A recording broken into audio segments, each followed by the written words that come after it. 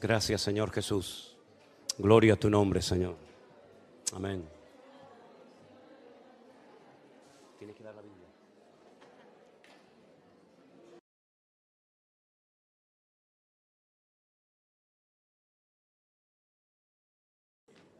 Gloria a Dios.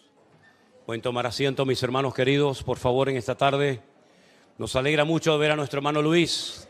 Después de tanto tiempo le damos un aplauso de bienvenida a nuestro hermano Luis, marido de Betsaida.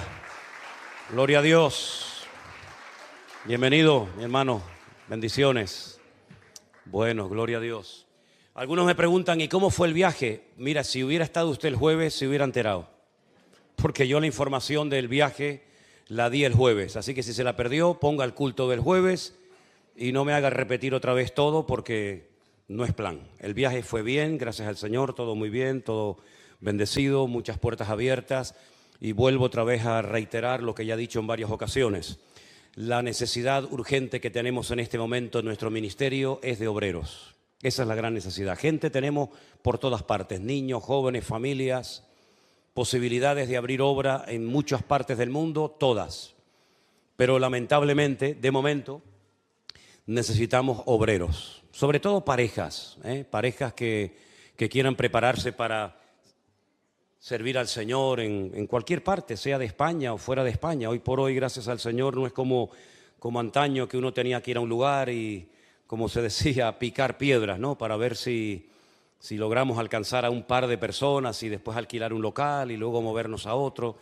Hoy en día las cosas han cambiado tanto y yo creo que Dios nos ha sorprendido tanto que ya no hay que buscar a la gente, ya la gente le busca a uno. Así de claro. Hace unos días anuncié, así por encimita nada más, que si Dios lo permite estaremos en Guatemala.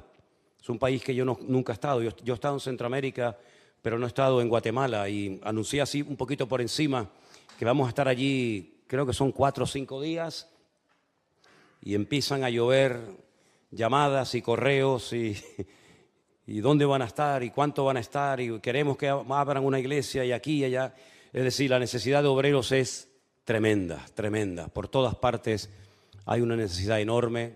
Como les dije el día jueves, si tuviéramos en este momento una pareja bien preparada, bien instruida, con un claro llamamiento de servir al Señor, podríamos mandarlo mañana mismo a Florida. Tenemos varios lugares en Estados Unidos, pero donde más gente tenemos, en uno de los estados donde más gente tenemos es en Florida. Tenemos cientos de personas que podrían perfectamente, ellos mismos lo han dicho, alquilar un local mañana mismo, ¿verdad? Pero no hay un obrero, no hay un pastor cualificado que pudiéramos dejar en este momento allí. Así que yo les pido una vez más, no sé si lo hacen cuando yo les pido oración, no sé si lo hacen, pero que sí. Necesitamos urgentemente que Dios levante obreros, que Dios prepare, que Dios levante y que Dios nos ayude en esto, porque lamentablemente no podemos atender a todo el mundo.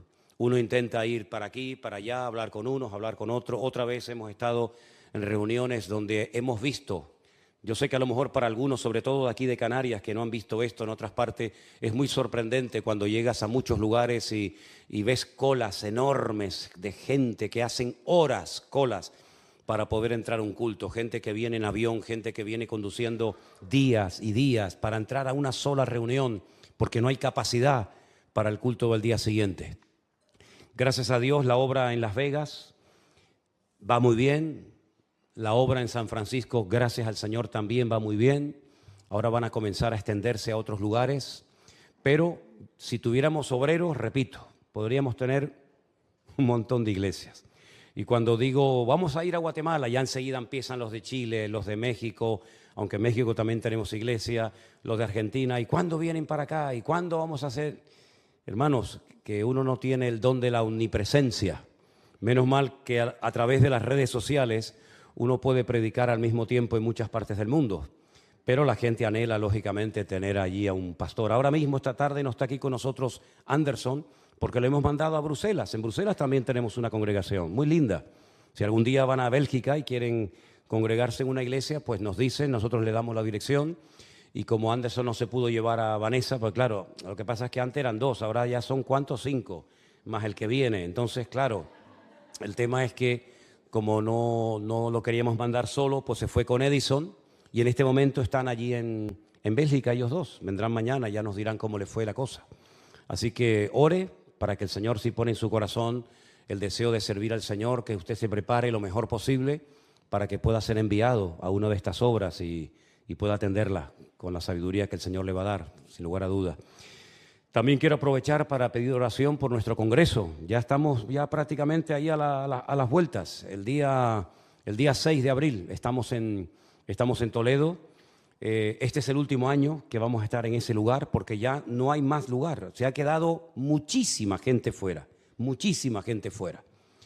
Hemos alquilado los hoteles del pueblo, hemos alquilado nuevamente el hotel que tuvimos el año pasado y ya no hay más capacidad, ya no podemos meter a más gente. De hecho, el comedor que utilizamos el año pasado para los cultos, ahora solamente va a ser comedor. Vamos a tener que hacer o varios turnos o unos en el comedor de arriba, otros en el comedor de abajo, y hemos alquilado una carpa enorme que va a venir una empresa a montarnos para poder hacer los cultos fuera, porque ya dentro va a ser solamente comedor. Así que bueno, damos gracias al Señor por todo esto, pero repito, tenemos que orar urgente para que el Señor levante obreros. Dice la Biblia, la mies es mucha, más los obreros son pocos. Pero bueno, dice también la Biblia que si rogamos al Señor de la mies, el Señor enviará obreros. Ahí estamos creyendo en eso. Y Damaris y Diego se casan, ¿cuándo? Creo que hay una boda por medio, ¿no? ¿Cuándo es? El 29 de abril. El 29 de abril. Pues menos mal que me lo recordaron. Ok, 29 de abril tenemos una boda. ¿Dónde va a ser? ¿Aquí, en el puerto? En algún lugar por ahí. En un lugar de La Mancha, ¿no? Ok. Bueno, pues muy bien. Tendremos una boda también dentro de poco, ya lo anunciaremos. Y también queremos decirle a los que no están bautizados, que se quieren bautizar, que hablen conmigo o con Anderson lo antes posible para organizar, si puede ser en el Congreso de Toledo o antes de que yo me vaya en el verano, pues sería muy bueno que organizáramos un culto de bautismo junto con los hermanos del Puerto de la Cruz, ¿de acuerdo? Para que así podamos pasar un día juntos o una mañana juntos y celebrar los bautismos tanto del puerto como de Santa Cruz. Decirles que se ha alquilado un local nuevo en otra parte de Fuerteventura. Ya teníamos una iglesia en Morrojable, pastoreada, atendida por nuestro hermano Alberto, pero los hermanos del puerto de Rosario, que estaban reuniéndose en un cine, ya han decidido alquilar un local y juntarse también a nuestro ministerio. Así es que ahora tenemos 2 iglesias también en Fuerteventura, por si acaso alguno de ustedes está pensando en irse de luna de miel, porque en luna de miel también es bueno ir al culto, ¿no? Digo yo, ¿no? Que algunos, como están en la luna de miel, se quedan en la luna y se comen la miel, ¿no? Entonces, oren también por esa nueva obra, aunque ya es una obra que lleva años funcionando, pero ya están arreglando el local y creo que ahora para el próximo mes, Dios mediante, van a inaugurar el nuevo local en Fuerteventura, ¿de acuerdo? Muy bien, hermanos, los niños pueden pasar ya a sus clases de escuela dominical. Ya le damos la bienvenida a todos los hermanos que están conectados en este momento en directo con nosotros, hermanos de San Francisco, de Las Vegas, de México, de Colombia y tantos lugares. Y mientras van pasando los niños, también recordarles que nuestro hermano Osman, el pastor nuestro en Tierra Alta, en Colombia, va a estar con nosotros en el Congreso de Toledo. Él hacía mucha ilusión venir de Colombia para estar con nosotros. Dios mediante estará junto con su esposa. Así que tendremos un buen grupo de pastores este año en el Congreso. Vienen también de Italia, el pastor Antonio Panocchi y su esposa. Y nuestro hermano Osman también pide oración porque hemos abierto también obra en Bogotá. Y él tiene que viajar en avión para atender las 2 iglesias, tanto la de Tierra Alta como la de Bogotá. Oren también para que el Señor le dé fuerzas y lo guarde y también esa obra siga adelante. Que hay muchísimos hermanos en Bogotá que hacía mucho tiempo que estaban pidiéndonos, por favor, vengan y abran a una iglesia. Y ayer, viendo las cosas que a uno le regalan cuando sale de viaje, me han regalado como una tela muy bonita, enorme, con una fotografía de la ciudad de Chicago. Y doblando la tela, me di cuenta que por atrás habían escrito un versículo del libro de los Hechos y ponía, ven, pasa y ayúdanos. Y yo digo, mira, otros más que piden también ayuda, ¿no? Bueno, tantas cosas, ¿verdad? Primera de Crónicas, capítulo 10. Yo hoy muy temprano a la mañana reflexionaba en torno a esta porción de la Biblia, que como bien saben ustedes, se nos habla de un personaje que a mí me da personalmente mucha tristeza como terminó. Es muy bonito cuando uno ve una vida destrozada, una familia dividida, una persona arruinada por la droga, por el alcohol o por lo que sea, que viene a los pies de Cristo y esa persona comienza a ser restaurada y esa vida cambia, y qué alegría tan grande, ¿verdad, hermanos? Es una maravilla. Cuando llegas, por ejemplo, ahora en este viaje que hemos hecho en Estados Unidos y te dice la gente, oye, yo me reconcilié con el Señor, yo hacía años que no me congregaba, estaba en rebeldía, estaba mal, y se reconcilian con el Señor. Y no hace falta esperar al último momento de tu vida, ¿verdad? En este viaje tuve, como les contaba el jueves, la experiencia de un muchacho que me llamó, me dijo, por favor, si puedes llamar a mi madre que está en el hospital. Yo le llamé y tuve unas últimas palabras con ella de aliento, de ánimo, en fin, hice lo que pude y nos despedimos. Una hermana que yo bauticé el año pasado en México, cuando estuve allí. Y a la hora me llamaron y me dijeron, mi madre acaba de partir a la presencia del Señor. Así que una hora antes hablé con ella, una hora después yo le dije, cierra los ojos, tú cierra los ojos y cuando los abras estarás en la presencia del Señor. Pero no hace falta llegar al momento de la muerte, a la agonía, para clamar a Dios. Lamentablemente hay gente que espera y espera y espera y dice, bueno, lo estoy pensando, pero no hay nada que pensar, ¿sabes? Cuando tú quieres cambiar de verdad, esa es la pregunta, ¿quieres cambiar de verdad? Cuando tú quieres cambiar de verdad no hay nada que pensar. Hay que ser decidido, hay que ser radical y se puede restaurar una vida por muy rota que haya sido por el pecado. Pero en el caso de este personaje fue todo lo contrario. Fue un personaje que terminó mal, tan mal que al final decidió quitarse la vida. Qué triste, ¿verdad? Dice la palabra de Dios en Primera de Crónicas 10 lo siguiente.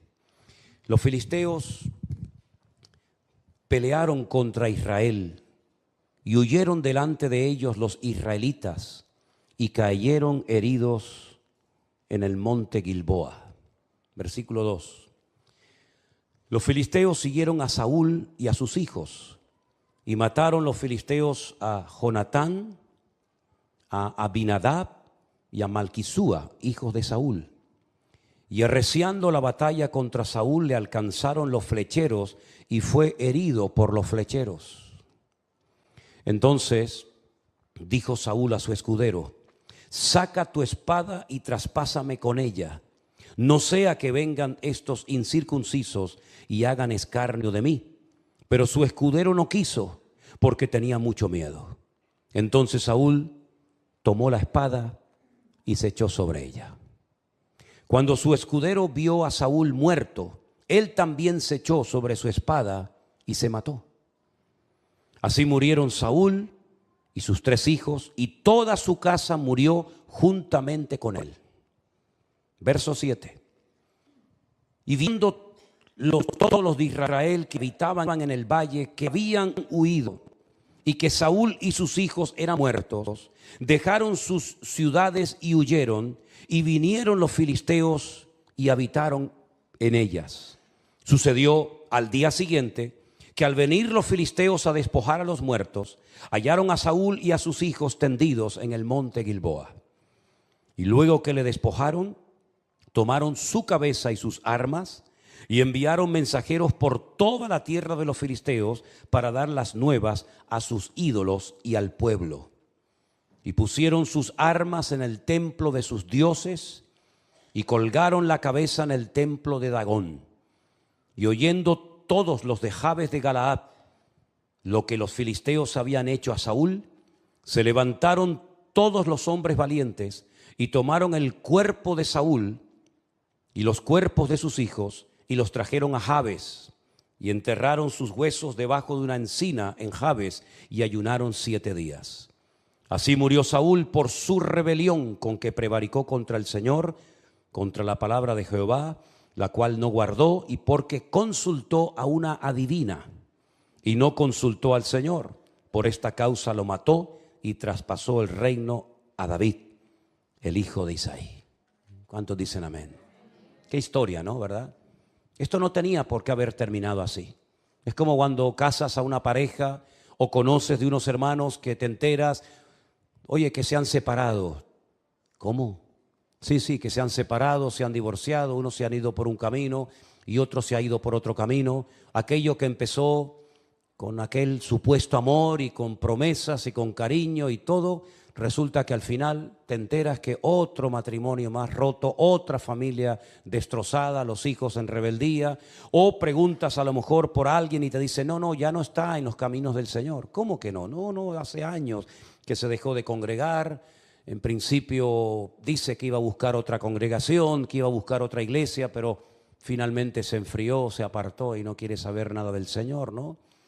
Como este muchacho que acabo de conocer ahora creo que fue en San Francisco, que se me acercó su madre y me dijo que lo había traído y que él en un acto de rebeldía y que no quería saber nada del Señor, se volvió a la iglesia católica. Pero nuevamente otra vez ha vuelto a los caminos del Señor y se ha reconciliado y otra vez está sirviendo al Señor. Pero constantemente, ¿verdad? Uno oye, unos más que otros, lógicamente, conocemos de personas que empezaron bien, jóvenes que iban bien encaminaditos, matrimonios que se habían reconciliado, aquel que se había bautizado, aquel que decía que quería servir al Señor y por H o por B, por el motivo que desconocemos, resulta que todo terminó en un auténtico desastre. ¿Y por qué? Bueno, el pasaje que hemos leído nos cuenta algunos motivos de la ruina de Saúl. No siempre sabemos los motivos por los cuales un matrimonio se rompe, una iglesia se divide, un hermano se enfría, pero en este caso la Biblia nos enseña y destaca que este hombre fue una persona que se rebeló contra el Señor y que terminó consultando a una adivina, a una mujer de Endor, del pueblo de la localidad de Endor, para que le dijera lo que tenía que hacer el día siguiente cuando iba a pelear contra los filisteos. Yo creo sinceramente, y de hecho ese es el título del mensaje de hoy, por si hoy o mañana o cuando sea lo quieren volver a oír o a escuchar, yo creo que Saúl se equivocó de enemigo. Rotundamente, se equivocó de enemigo. El peor enemigo de Saúl no fue nunca David.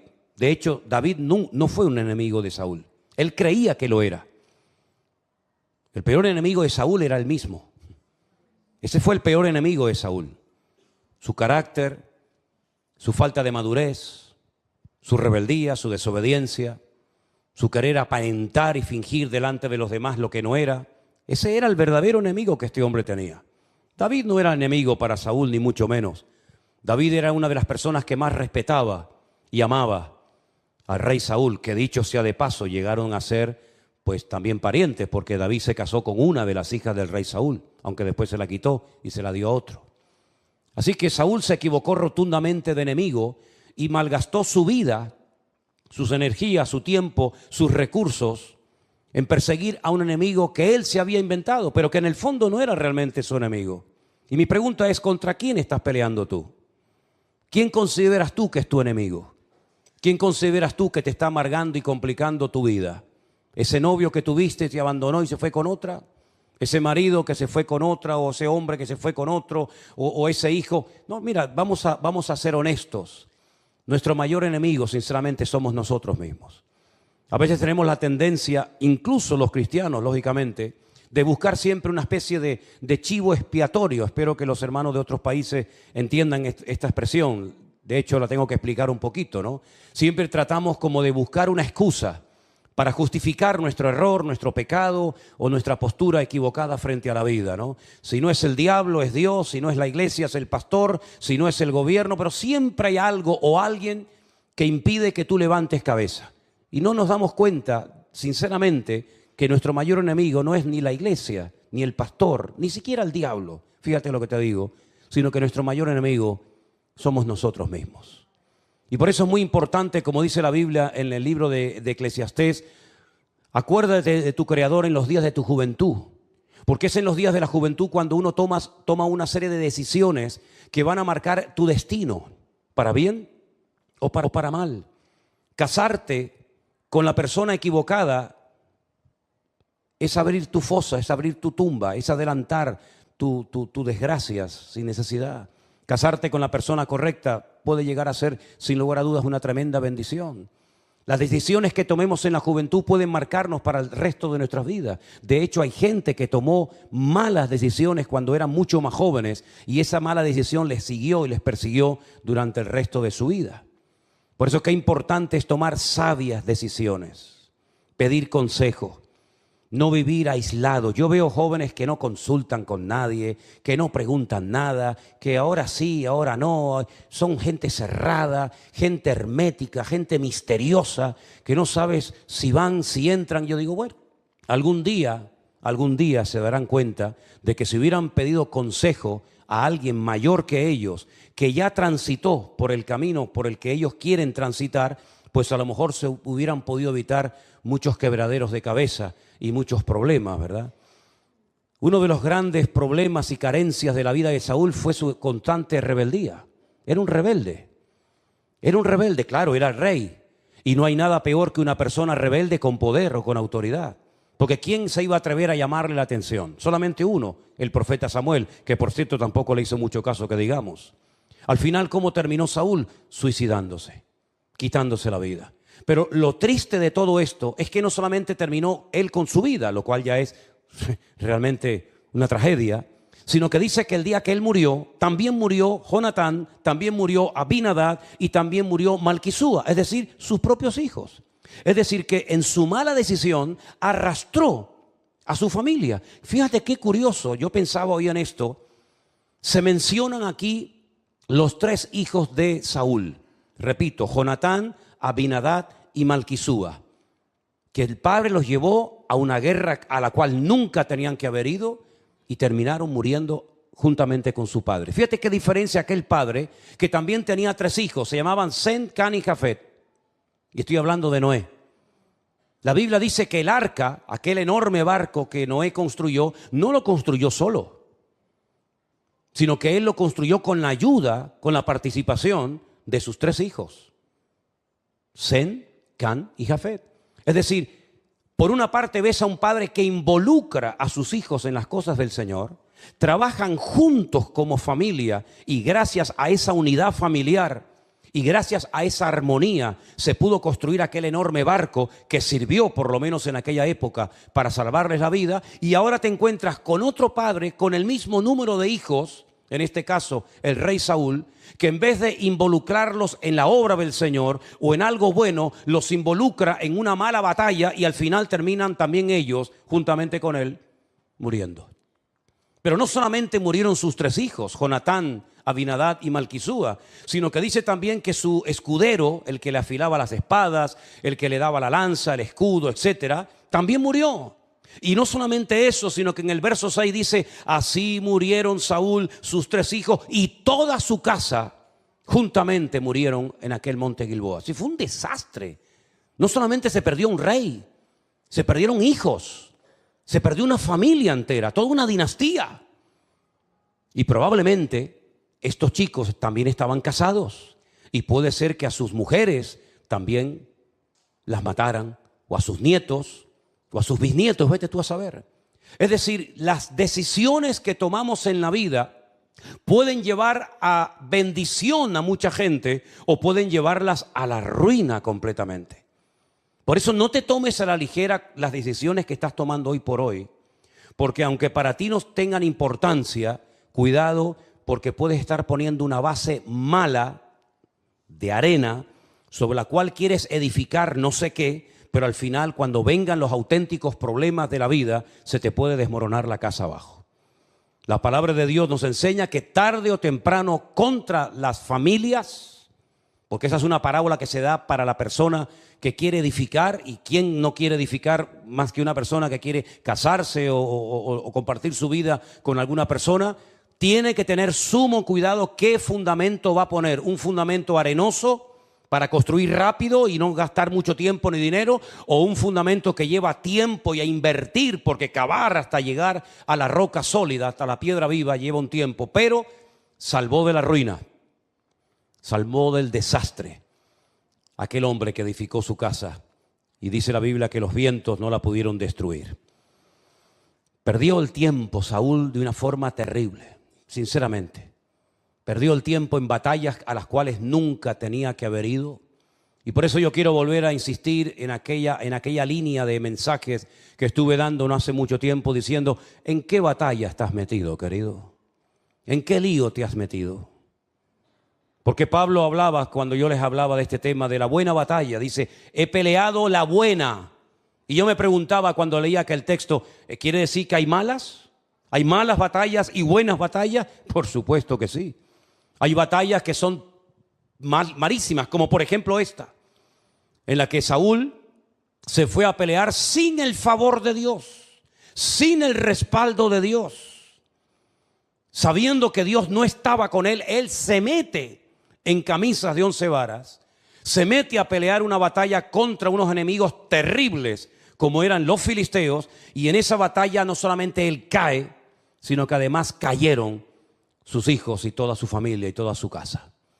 Por eso qué importante es que nosotros reflexionemos y nos preguntemos contra qué o contra quién estoy peleando. Porque puede ser que como Saúl te pase, estás peleando contra el enemigo equivocado. Número uno, nuestro mayor enemigo somos nosotros mismos. Y por supuesto también cuando leemos el Nuevo Testamento vemos que Pablo pedía oración a las iglesias que él había establecido y pastoreado porque querían momentos puntuales visitarles. Dice, pero el diablo nos ha estorbado. Y pido oración para que el Señor nos allane el camino porque no ignoramos sus maquinaciones. En otras palabras, la realidad del mundo espiritual. Hay gente que vive como en una dimensión únicamente material, lo que toca, lo que ve, lo que siente, lo que pesa, lo que huele, pero se olvidan que hay una realidad que es el mundo espiritual, en el cual lamentablemente Saúl se metió de una forma incorrecta, porque dice la Biblia que viendo que el cielo ya se había cerrado para él y viendo que ya Dios no lo respondía, se fue a consultar a una localidad llamada Endor, y allí dice la Biblia que consultó con esta divina, y el final del texto dice, por esta causa Dios traspasó su reino. En otras palabras, perdió la corona, perdió el respeto, perdió la autoridad, perdió la familia, perdió la vida y lo perdió todo. Porque consultó a quien nunca tenía que haber consultado, porque peleó contra el enemigo equivocado, porque fue a pelear una batalla que nunca tenía que haber peleado y porque nunca hizo caso a las amonestaciones y a la corrección del Señor. ¿Saben la conclusión a la que yo he llegado? Hay personas que no piden consejo, hay personas que no hablan, hay personas que no te cuentan nada porque en el fondo no quieren hacer caso a lo que les vayas a decir. Porque en el fondo creen que su opinión es la correcta, porque a lo mejor tu opinión choca con la de ellos o con la de ellas y por consiguiente mejor se callan, aunque después se peguen contra la pared, no dicen nada, pero porque en el fondo no están dispuestos a decir, me he equivocado, el plan que tengo, la persona que tengo en la cabeza, lo que quiero hacer no es lo correcto. Entonces, como probablemente me lleven la contraria y no me den la razón y no me apoyen en lo que quiero hacer, mejor me callo, no digo nada, yo entro, salgo, adiós, buenas tardes, chao, y cada uno a su casa. Hermanos queridos, la iglesia nos enseña la Biblia que es un cuerpo. Y en un cuerpo los miembros no hacen lo que les da la gana. Los miembros todos dependen de una cabeza y tenemos una cabeza, una autoridad que es nuestro Señor Jesucristo. Y cuando los miembros creen que tienen la razón y la cabeza se equivoca, amigo, estás enfermo. Cuando el miembro quiere actuar fuera de las directrices que manda la cabeza, ese miembro está enfermo y te puede jugar muy malas pasadas. Cuando una persona no controla sus piernas, cuando una persona no controla sus movimientos, cuando una persona no controla su cuerpo, es porque estás enfermo, algo te está pasando, ¿verdad? Y en el sentido espiritual también hay enfermedades que afectan nuestra vida espiritual. Y Saúl era una persona sana, una persona que tuvo una oportunidad maravillosa de llegar a ser un hombre muy usado por Dios. Pero como no hizo caso a la palabra de Dios, cuando la conocía, cuando la oía por parte de los labios del profeta Samuel, terminó amargado. Y no hay enfermedad peor en la vida de un supuesto cristiano que ver a un cristiano triste, apagado y amargado. Es triste, sinceramente. Cuando una persona, en vez de ser una persona gozosa y alegre y disfrutar de la vida, lo ves que siempre se está quejando, le cuesta gozarse de la vida, se queja del trabajo, se queja de estar solo, se queja de estar casado, se queja del sueldo que le pagan o que no le pagan.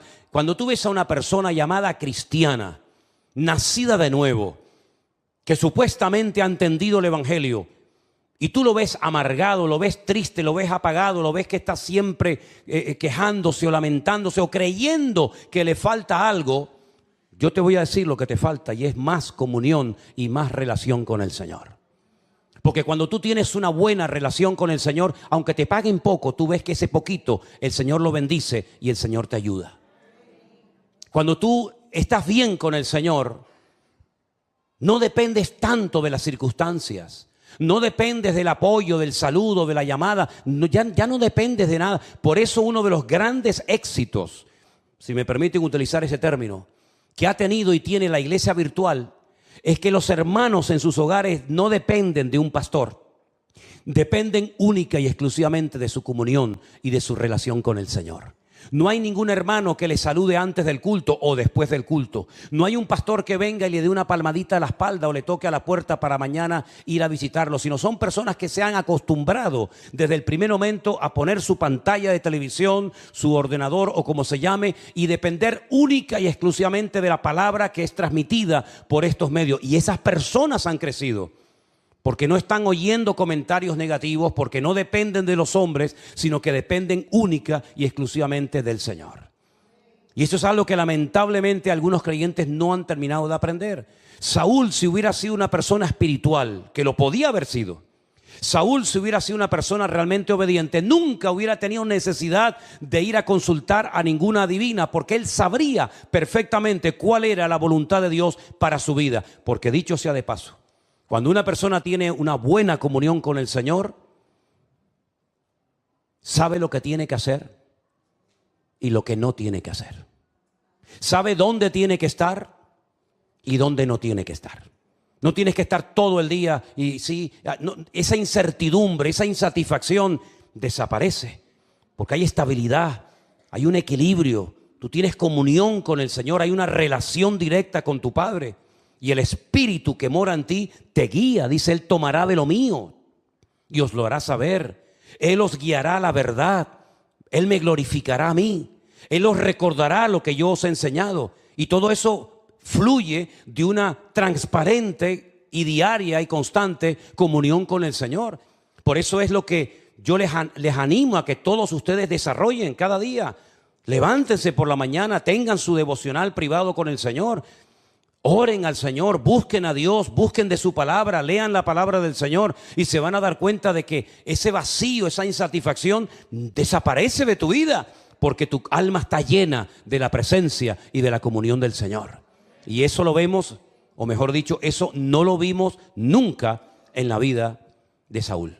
Como estaba desconectado de Dios, tenía que ocuparse en otras cosas. ¿Te das cuenta? Cuando tú estás ocupado en las cosas de Dios, no te preocupas por las otras cosas. Pero cuando tú no estás ocupado y bien conectado con el Señor, comienzas a desviar tu mirada y comienzas a mirar por aquí y comienzas a mirar por allá. Y entonces, querido hermano, eres una víctima de ti mismo. ¿Qué fue lo que le pasó al rey Saúl? El rey Saúl, repito, se equivocó de enemigo. Pensaba que David lo odiaba. Pensaba que David le quería quitar el trono, se va a una guerra a la que nunca tenía que haber ido y lamentablemente sus 3 hijos murieron en aquel día. Cuando uno de ellos, ustedes lo saben perfectamente porque soléis leer la Biblia, Jonatán, el íntimo amigo del rey David, el segundo rey de Israel, sabía perfectamente que el futuro del país no pasaba por la casa de Saúl, sino por la casa de David. Y él hizo un pacto días atrás, antes de ir a esta guerra, y le dijo al rey David, o al futuro rey David, yo sé que tú serás el siguiente rey de Israel.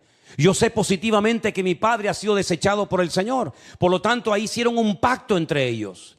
Él reconoció humildemente que el futuro de Israel no pasaba por él. Y por eso él se quita su espada de príncipe de Israel. Y se quita sus vestiduras de príncipe de Israel y se las da a David. Y él se viste de pastor y David se viste de príncipe de Israel. Y le dice, y yo sé que en tu reino yo seré el segundo. Y David le ofreció ser su hombre de confianza y podía haber tenido un futuro maravilloso, pero se juntó con la persona equivocada. Y como a ti se te ocurra correr el riesgo para probar, como una especie de experimento, de juntarte con la persona equivocada, te puede llegar a pasar, si no físicamente, por lo menos espiritualmente, puedes terminar muriendo y desconectándote de la presencia del Señor. Porque nosotros tenemos, permítame poner el ejemplo, como una especie de imán. ¿El imán a qué se pega? Aquí el púlpito que es de metacrilato, el imán no se pega a esto. El imán no se pega a la madera de una guitarra. El imán se pega a algo de hierro, ¿verdad? A algo que lo atrae. Si nosotros estamos empapados de Cristo, ¿a qué vamos a ser atraídos? ¿A qué tipo de personas vamos a ser atraídas? ¿A personas que no tienen a Cristo? ¿A personas que no quieren saber nada del Señor ni de su palabra? ¿Vas a ser atraído espiritualmente hablando a una persona que Cristo no es el fundamento de su vida? Si no tienes comunión con Dios, probablemente vas a ser atraído a la persona o al lugar equivocado. Pero cuando tú tienes a Cristo en tu corazón, mi hermano, tú sabes perfectamente que a veces hay como un rechazo. Y tú dices, yo aquí no me siento cómodo. Yo con esta persona no tengo nada que compartir. Y entonces puedes llegar a entender lo que Pablo dijo cuando dijo, ¿qué comunión, común unión tiene la luz con las tinieblas? O Cristo con Belial. ¿Y Belial quién es? Belial es uno de los muchos nombres que recibe Satanás en la Biblia. Y cuando él habla de que no os unáis en yugo desigual con los incrédulos, lo que está diciendo es que tú tienes que juntarte, tienes que ser atraído.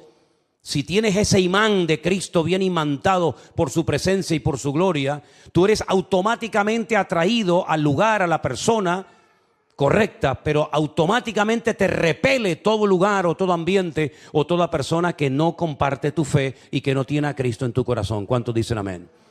¿Cómo puedes saber? Te voy a dar una prueba. ¿Cómo puedes saber que tu corazón está empapado con la presencia del Señor? Por lo que te atrae.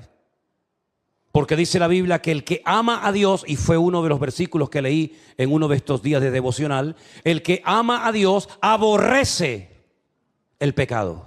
¿Oíste eso? No es que me alejo del pecado porque bueno, no, es que lo termino odiando el pecado, aborrezco el pecado. No me interesa nada. ¿Por qué? Porque como ama a Dios, lo que me atrae es la presencia del Señor. Es como si coges a un pez y lo sacas fuera del agua, no puede vivir. Porque ha sido diseñado y creado para vivir dentro del agua. Pero si a nosotros nos meten dentro del agua, tarde o temprano moriremos. Porque no es nuestro medio natural. Y espiritualmente hablando, hay lugares donde nuestro espíritu y nuestra alma, siempre y cuando, subrayo y repito, siempre y cuando estemos en una buena y óptima comunión con el Señor, nos vamos a sentir como un pez fuera del agua cuando nos vamos a ciertos lugares o nos juntamos con ciertas personas. Mi espíritu, hay un rechazo. ¿Por qué? Porque no hay un imán, no hay algo que me atraiga. Porque a mí ya no me atrae unas piernas, ni unos ojos, ni un pelo, ni nada de eso. A mí lo que me tiene que atraer es el atractivo espiritual. Y tú eres atractivo ante los ojos del Señor. ¿Cuántos dicen amén? Así que mis queridos hermanos, seamos selectivos. Pero ¿cómo puedo yo tener esa especie de imán dentro de mi cuerpo? ¿Cómo puedo saber yo realmente si esto es aquí o no? Por la comunión con Dios. ¿Cómo está tu nivel de comunión con Dios? ¿Está tu comunión con Dios funcionando bien? ¿Depende directamente de Él? Te aseguro que no vas a tener que pedir tantos consejos probablemente. ¿Por qué? Porque estás alineado con el Señor. Por ejemplo, ¿cómo sabía José que no podía cometer aquel pecado con la mujer de su amo? No estaba la Biblia escrita por ningún lado. No era miembro de ninguna iglesia, no lo estaba mirando nadie. No habían testigos. Dice la mujer que los había echado a todos de la habitación. Pero él dice, ¿cómo voy yo a pecar contra mi Dios? Pero bueno, ¿y tú cómo sabes que esto es pecado? Por la comunión que tenía con Dios. Era tan grande la comunión que José tenía con Dios que no hacía falta ni que leyera la Biblia. Porque aunque quisiera leerla, por cierto, en aquel momento no existía ni una sola letra. O bueno, prácticamente nada. ¿verdad? Por eso, mis queridos hermanos, qué importante es en estos tiempos que vivimos tener una íntima comunión con el Señor para poder tener por el uso, como dice Hebreos, los sentidos ejercitados en el discernimiento del bien y del mal. Mira, hay gente que no sabe mucho de Biblia, ¿sabes? Hay gente que no son grandes lumbreras ni tienen una gran memoria para saber muchas cosas de la Biblia, pero por la comunión que tienen con el Señor, tienen como una especie de olfato, ¿sabes? Es como esa madre que cuando oye al niño llorar de noche o hace el más mínimo ruidito, automáticamente la madre se despierta, el padre ronca como una moto, no se entera. Y al día siguiente ve a la mujer con ojeras y le dice, ¿qué te pasó? Que te veo cansada. Dices que anoche el niño lloró y tuve que atenderlo. Y dice, el niño lloró anoche. Sí, tú no te enteraste, cariño. Tú estabas en el tercer cielo. Y la madre detectó que el niño estaba llorando, ¿verdad? Pues afinemos el oído para oír la voz de Dios en medio de tantas voces que hoy en día oímos por todas partes. Porque el mundo está tratando de apagar la voz de la iglesia y de silenciar nuestros oídos para que nos hagamos sordos ante lo que Dios nos está hablando, ante lo que Dios nos está diciendo.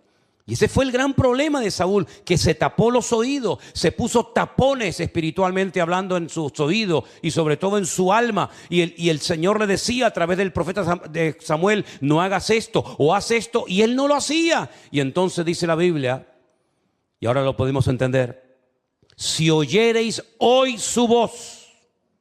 ¿Qué dice? Síganlo diciendo ustedes. Ahí está. ¿Te das cuenta cómo lo saben? Si oyereis hoy su voz, no endurezcáis vuestros corazones. Bueno, yo pregunto, si la amonestación, si el texto, si la exhortación es, si oyereis hoy su voz, yo pregunto en alta voz, ¿y cómo se oye hoy la voz de Dios?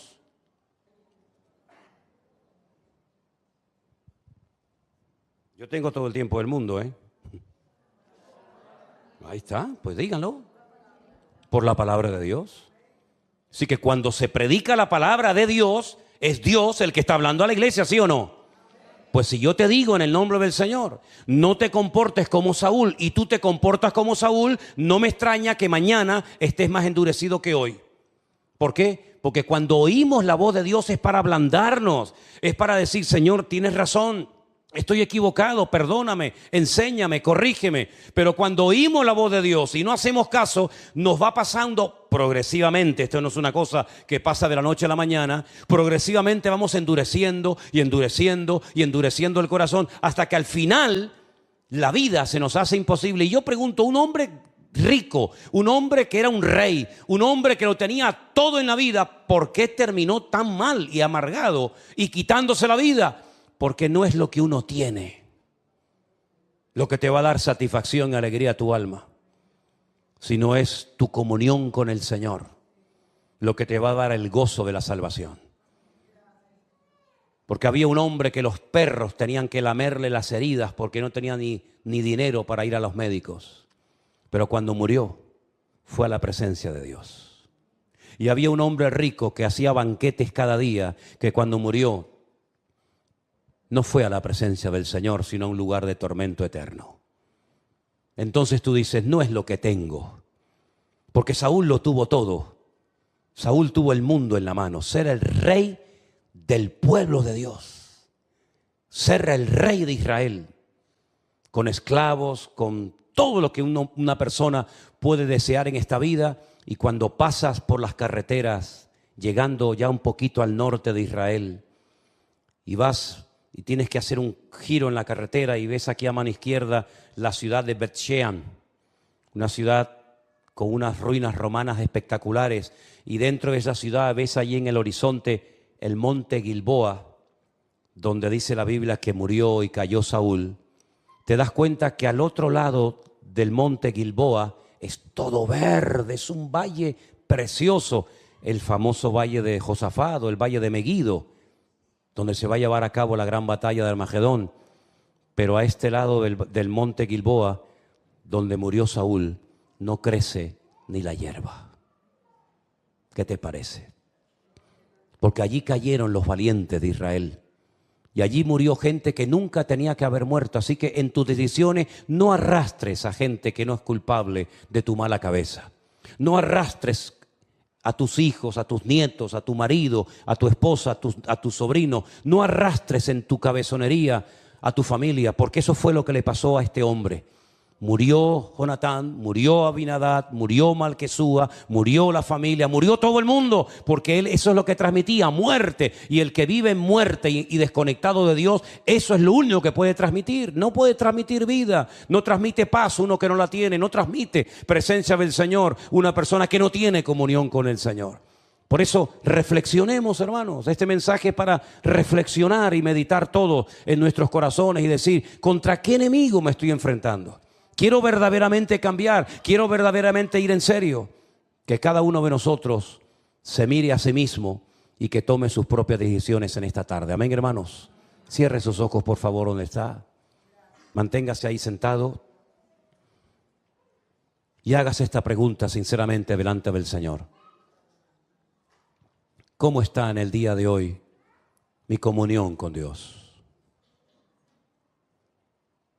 ¿Qué decisiones estás tomando? ¿Y por qué las estás tomando? ¿Quién está dirigiendo tu vida?